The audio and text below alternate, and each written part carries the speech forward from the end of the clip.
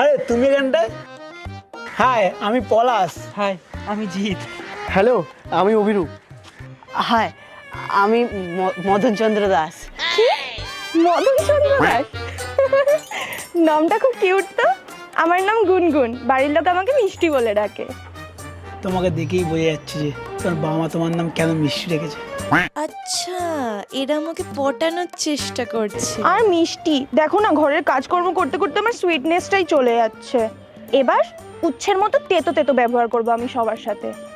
এমা কেন গুনগুন, তোমার কি প্রবলেম হয়েছে আমাদের বলতে পারো? হ্যাঁ, এত ফুলের মতো মিষ্টি একটা মেয়ে, তোমার চোখের জল আমরা নিতে পারছি না। তোমার কি প্রবলেম হয়েছে বলো, আমি হেল্প করে দেবো। দেখো না, বাড়ির ওয়াশিং মেশিনটা খারাপ হয়ে গেছে বলে এখনই এক বালতি জামা কাপড় কাচতে হবে আমাকে।